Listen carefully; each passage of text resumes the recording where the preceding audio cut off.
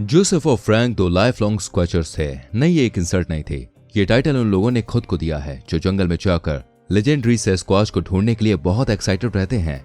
ज्यादातर स्क्वैचर्स को अपनी पूरी लाइफ में एक भी नहीं मिल पाता, लेकिन जोसेफ और फ्रैंक लकी थे। पर उन्हें नहीं पता था कि उनका लक किस तरह का था।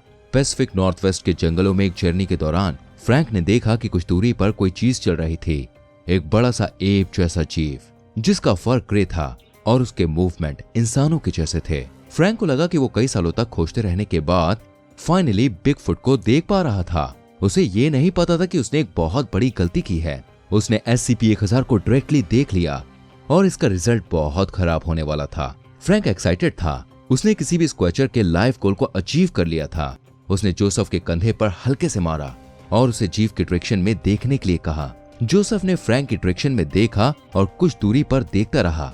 जब उसकी आंखें आखिरकार उस एप जैसे जीव पर पड़ी तो वो बिल्कुल हैरान रह गया, जैसे उसके ब्रेन में शॉर्ट सर्किट हो गया हो। एक पल में उसने अपनी हॉबी के होली ग्रेल को देख लिया था और दूसरे पल में वो पूरी तरह से ब्रेन डेड हो चुका था। जोसेफ कोलैप्स हो गया था। वो एप जैसा जीव वापस जंगलों में गायब हो गया। फ्रैंक ने इस चीज को नोटिस नहीं किया क्योंकि वो जोसेफ को फिर से उठाने की कोशिश कर रहा था, लेकिन जोसेफ जा चुका था और फ्रैंक को नहीं पता ऐसा क्यों हुआ। हेडलाइन में लिख कर आया, बिगफुट ने मेरे दोस्त को मार दिया। कई लोगों ने या तो इसे इग्नोर किया, इस पर हंसते रहे। दो लड़के एक जंगल में टहल रहे थे और उनमें से एक मर गया तो क्या हुआ, किसको फर्क पड़ रहा था। लेकिन एक ऑर्गेनाइजेशन को इस बात से बहुत फर्क पड़ रहा था, SCP फाउंडेशन। रिपोर्ट के आते ही मोबाइल टास्क फोर्स बीटा 1000 को अलर्ट कर दिया गया था। वो तुरंत ही एक्शन में लग गए और पूछताछ के लिए फ्रैंक को ट्रैक करने लगे। हर साल वो कई सारे बिगफुट लवर से मिलते जुलते हैं, लेकिन उन्हें कुछ भी पता नहीं चल पाता। पर फ्रैंक के दोस्त की टेस्ट से सब कुछ साफ हो रहा था। उन्होंने किसी बिगफुट को ही नहीं बल्कि SCP-1000 के रियल और जेन्युइन एग्जाम्पल को देखा था। SCP-1000 सबसे डरावनी और खतरनाक SCPs में तो नहीं आता, लेकिन इस क्रिएचर को अंडर एस्टिमेट करना एक बड़ी गलती हो सकती थी, क्योंकि इसे देख लेने से भी ये 2% चांस होता है कि आप ऑन द स्पॉट वहीं मर जाएंगे। फ्रैंक ने अपना दोस्त खो दिया, लेकिन वो लकी था। फाउंडेशन ने उसे एमनेस्टी दी और यह इंश्योर कर लिया कि अब वो पैसिफिक नॉर्थवेस्ट के उन रहस्यमय जंगलों में कभी भी दोबारा नहीं जाएगा। डायरेक्टर जोन्स, जिनके ऊपर SCP-1000 की पॉपुलेशन को मैनेज करने की रिस्पॉन्सिबिलिटी थी, उन्हें हाल ही में हुए SCP-1000 से संबंधित मौत की जानकारी दी गई। ऐसी कहानियां उन्होंने पहली बार सुनी थी। डायरेक्टर जोन्स के लिए ये सब आपस में मिली जुली थी। तो SCP-1000 वाकई है क्या, और उसने उस बेचारे जोसेफ को जंगल में ही कैसे मार दिया। SCP-1000 काफी बड़े होमिनिड और एप जैसे जीवों की पूरी स्पीशीज है। वो ज्यादातर नॉकटर्नल होते हैं, लेकिन कभी कभी दिनों में भी दिखाई पड़ जाते हैं। ये ओमनी वायरस होते हैं, ज्यादातर पेड़ पौधे और कीड़े मकोड़े खाते हैं। उनका फर आमतौर पर ग्रे ब्राउन, ब्लैक, रेड या कभी कभी व्हाइट भी होता है। इन जीवों की नियंडरथॉल जैसी ब्रो के नीचे बड़ी बड़ी आंखें होती हैं, जिनका विजन बहुत तेज होता है। एक और फीचर, फोरहेड पर गोरिल्ला की तरह बोन रिज होता है और ये दोनों सेक्सेस में पाया जाता है। फाउंडेशन के शोध के अनुसार इस जीव में एक आम चिंपैंजी की तरह ही इंटेलिजेंस होता है, पर ये इंसानों जितने तेज नहीं होते। इनकी इंटेलिजेंस की जो कमी है वो इनके शरीर का साइज पूरा कर देता है। अडल्ट 10 फीट जितने लंबे हो सकते हैं और इनका वजन लगभग 600 पाउंड हो सकता है। इतने बड़े साइज और स्ट्रेंथ के बावजूद ये बिल्कुल भी एग्रेसिव नहीं होते। ये इंसानों को बहुत अवॉइड करते हैं और ज्यादातर अमेरिकन पैसिफिक नॉर्थवेस्ट और हिमालयन एल्प्स के जंगलों में रहते हैं। SCP-1000 को लगभग हर कॉन्टिनेंट में देखा गया। फाउंडेशन में ह्यूमन पॉपुलेशन के आसपास SCP-1000 की पॉपुलेशन को हर तरह से हटाने की कोशिश की गई, ताकि विजुअल कांटेक्ट हो जाने पर इंस्टेंट डेथ के 2% चांस से भी बचा जा सके। एक दूसरा सवाल सामने आता है, इतने हार्मलेस जीव इतने खतरनाक कैसे हो सकते हैं। दुखद ये है कि इन जीवों और हम इंसानों दोनों के लिए एक खतरा SCP-1000 के कंट्रोल के बाहर है। फाउंडेशन रिसर्च के अनुसार SCP-1000 तब तक हम इंसानों के साथ इन्वॉल्व था जब तक 10 से 15,000 साल पहले एक ट्रेजेडी नहीं हुई थी। एक मिस्टीरियस एक्सटिंक्शन इवेंट में उनकी स्पीशीज के एक बहुत बड़े हिस्से को खत्म कर दिया था, जिसके बाद केवल 1 से 5% ही जिंदा बचे थे। क्या हुआ था? ऐसा माना जाता है कि लगभग इसी समय एक एनोमलस सूडो डिसीज हो गई थी। SCP-1000 F1 से मिली एक ऐसी बीमारी जो जेनेटिक होती है, इसलिए ये स्पीशीज में आज तक है। पॉपुलेशन का एक बहुत ही छोटा हिस्सा जो इसके इफेक्ट से अब इम्यून हो चुका है, वो जिंदा बचा हुआ है। लेकिन ज्यादातर जो इम्यून नहीं होते वो पैदा होने के कुछ समय बाद मर जाते हैं। इसलिए इनकी ओवरऑल पॉपुलेशन आज तक बहुत कम है। ये एक ऐसी बीमारी है जो होमिनिड्स को ही प्रभावित करती है, जैसे कि इंसान, चिंपैंजी, बोनोबोस और SCP-1000 के नॉन इम्यून इंस्टेंसेस। अगर कोई भी होमिनिड किसी भी ऐसे करियर को देख ले जिसमें ये बीमार हो तो 2% चांस होता है कि उसका तुरंत ब्रेन डेथ हो जाएगा। 2% चांस बहुत खतरनाक तो नहीं लग रहा है, खास तौर पर जब हम इसकी तुलना बाकी और डरावने SCP से करें। लेकिन डरावनी बात यह है कि यह परसेंटेज क्यूमुलेटिव है। दूसरे शब्दों में कहें तो जितनी देर तक कोई SCP-1000 F1 के कैरियर को देखेगा उसकी डेथ होने का चांस उतना ज्यादा बढ़ जाएगा। फाउंडेशन स्टडीज के अनुसार यह 20 मिनट में 1% बढ़ जाता है। ये परसेंटेज अलग अलग स्पेसिमेन में अलग अलग है। कुछ में तो देख लेने पर 90% का डेथ चांस होता है। अगर जिंदा रहने पर किसी में यह अनोमलस स्यूडो वायरस था तो डेड स्पेसिमेन में भी ये चांस होता है, पर यह रिस्क छोटे फर या टिश्यू वाले सैंपल में नहीं होता। फाउंडेशन का जो सबसे बड़ा डर है वो SCP-1000 से रिलेटेड नहीं है, क्योंकि ये स्पीशीज हम इंसानों से बहुत मिलती जुलती है।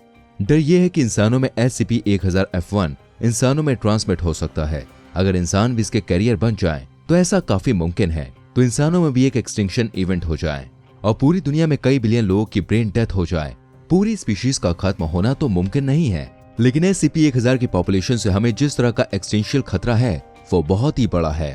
पहली चीज, जिस क्रिएचर को हम बिगफुट समझ रहे थे वो दरअसल जंगल में SCP की एक नई स्पीशीज थी। और दूसरी, अगर ये क्रिएचर किसी भी पॉपुलेशन सेंटर में आ जाए तो ये ह्यूमन लाइफ को खत्म कर सकता था।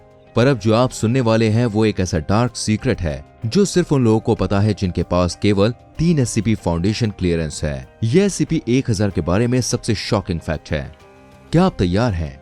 SCP-1000 का असली सीक्रेट ये है कि ये अभी तक आपने जो भी सुना वो झूठ था। कोई भी अनोमलस स्यूडो डिसीज नहीं है और SCP-1000 से इंसानों को कोई भी पैथोजेनिक खतरा नहीं है। तो फिर इस तरह की चीजों को कौन फैलाएगा? ऑफ कोर्स SCP फाउंडेशन ही। अगर सच बताया जाए तो फाउंडेशन ने SCP-1000 के नेचर के बारे में 2 झूठ फैला रखे हैं। पहला एक ऐसी बीमारी का जो एग्जिस्ट ही नहीं करती है, और दूसरा झूठ इस जीव के इंटेलिजेंस लेवल के बारे में है। ये एक एवरेज चिंपैंजी से बहुत ज्यादा स्मार्ट होता है। इनफैक्ट ये लगभग इंसान के जितना ही इंटेलिजेंट होता है। ये सारे झूठ डायरेक्टर जोन्स और फाउंडेशन के बनाए हुए हैं। साथ ही बिगफुट का एग्जिस्टेंस भी एक मिथ है। फाउंडेशन ने ऐसी जानकारी फैला रखी है जिससे सेस्क्वाच का कॉन्सेप्ट कई दशकों तक एक मजाक बना रहा। लेकिन क्यों? फाउंडेशन को तो कवर स्टोरीज के बारे में पता ही है, वो अपनी फाइलों में इस तरह का झूठ क्यों डालेंगे? इन सब की वजह SCP-1000 की पॉपुलेशन ओरिजिन के पीछे का सच है। सबसे पहले फाउंडेशन को इन क्रिएचर्स के बारे में सर्पेंट एंड के कुछ बहिष्कृत मेंबर्स के जरिए पता चला था। ये एक ऐसी ऑर्गेनाइजेशन है जो फाउंडेशन के एक्टिविटीज को लगातार नकारती रहती है। इन मेंबर्स, जिन्हें चिल्ड्रन ऑफ द सन कहा जाता है, इन्होंने SCP-1000 की सीक्रेट हिस्ट्री बता दी थी। पहले तो फाउंडेशन पर्सनल ने, जैसे कि डायरेक्टर जोन्स ने, इन सब पर यकीन करना नहीं चाहा, लेकिन कुछ ही टाइम के बाद इन्हें इस खतरनाक सच को मानना ही पड़ा। इंसान और SCP-1000 एक साथ ही इन्वॉल्व हुए हैं। इंसानों ने दिन के समय को ऑक्यूपाई किया हुआ था और SCP-1000 ने रात को, लेकिन इंसान हंटर गैदर्स थे। जबकि 1000 में काफी ज्यादा इंटेलेक्चुअल और सोशल डेवलपमेंट हो रहा था। वो अपने औजार बना सकते थे, खेती कर सकते थे, एक जगह रुक कर रह सकते थे, जानवर पाल सकते थे और शहर भी बसा सकते थे। ये कुछ ऐसा था जो दुनिया में पहले कभी नहीं हुआ था और आने वाले हजारों सालों तक नहीं होना है। जैसे जैसे इनका कल्चर और टेक्नोलॉजी, जैसे कि वेपन्स और पावर बढ़ने लगी, इनकी संख्या बिलियंस में पहुंच गई। जबकि अपने कॉम्पिटिटर की इतनी तेज ग्रोथ की वजह से ह्यूमैनिटी अपने डिस्ट्रक्शन तक पहुंच गए। ऐसा लग रहा था कि इंसान एवोल्यूशनरी आर्म्स रेस हार चुके थे और उन्हें झुकना पड़ेगा। लेकिन चिल्ड्रन ऑफ द सन के अनुसार किसी जंगल के देवता ने इंसानों की किस्मत बदल दी और इंसानों को SCP-1000 के खिलाफ उन्हीं के बनाए वेपन्स और टेक्नोलॉजी इस्तेमाल करने की पावर दे दी। चिल्ड्रन ऑफ द सन के अनुसार एक ही दिन में, जिसे डे ऑफ द फ्लावर्स कहा जाता है, SCP की 70% पॉपुलेशन खत्म हो गई थी। तब इंसानों ने पूरी सिविलाइजेशन बर्बाद कर दी थी और उन जीवों से चुराई हुई टेक्नोलॉजी की वजह से एप्स पागल से हो गए थे। उनकी हायर कॉन्शियसनेस ब्लॉक हो गई थी और वो एकदम जानवर वाली स्टेट में पहुंच गए थे।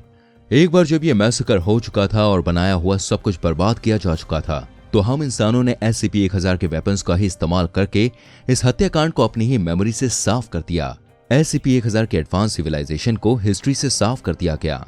इंसान थोड़े ज्यादा वाइज होकर अपने एवोल्यूशन के रास्ते पर वापस आ गए। हजारों सालों तक, आज तक, यह हमारे लिए एक रहस्य ही रहा है। लेकिन फाउंडेशन ने हमसे झूठ क्यों बोला कि इन जीवों को मात्र देख लेना भी खतरनाक है। इससे उन्हें क्या हासिल हुआ? खैर, जैसे जैसे इनके देखे जाने और कम्युनिकेशन की फ्रीक्वेंसी बढ़ती गई, डायरेक्टर जोन्स जैसे लोगों को एक खतरनाक पॉसिबिलिटी समझ आ रही थी। क्या यह पेंडुलम पीछे की तरफ स्विंग कर रहा था? क्या एप्स में उनकी खोई हुई इंटेलिजेंस वापस आ रही थी, या उससे भी ज्यादा खतरनाक, क्या उनके अंदर इंसानों के खिलाफ बदला लेने की भावना आ रही थी? हमने उनके साथ जो किया था वो हमारे साथ भी ये कर सकते थे। इस बात की पॉसिबिलिटी इतनी डरावनी थी कि फाउंडेशन कोई भी चांस नहीं ले सकता था। इसलिए इंसानों और SCP-1000 के बीच कांटेक्ट को लिमिट करना बेहद ही जरूरी हो चुका था। फिर भी फाउंडेशन के इन सभी डरों के बावजूद एप से आए एक इंटरसेप्टेड मैसेज से ये पता चला कि उनका ये डर गलत था। फाउंडेशन पर्सनल द्वारा ट्रांसलेट किए गए इस मैसेज में ये लिखा था, हमने तुम्हें माफ किया, अभी के लिए, हमेशा के लिए नहीं, हमें वापस आने दो। अब ये सोचने की बात है कि फाउंडेशन किस स्पीशीज पर ज्यादा नजर रखेगा, क्योंकि जब बात वायलेंस और डेथ की आती है तो फाउंडेशन के कंटेनमेंट सेल में बाकी क्रिएचर्स के मुकाबले इंसानों का भी ट्रैक रिकॉर्ड बहुत खराब रहा है। और SCP-1000 के ट्रैजिक केस से ये बात और भी सच समझ आती है।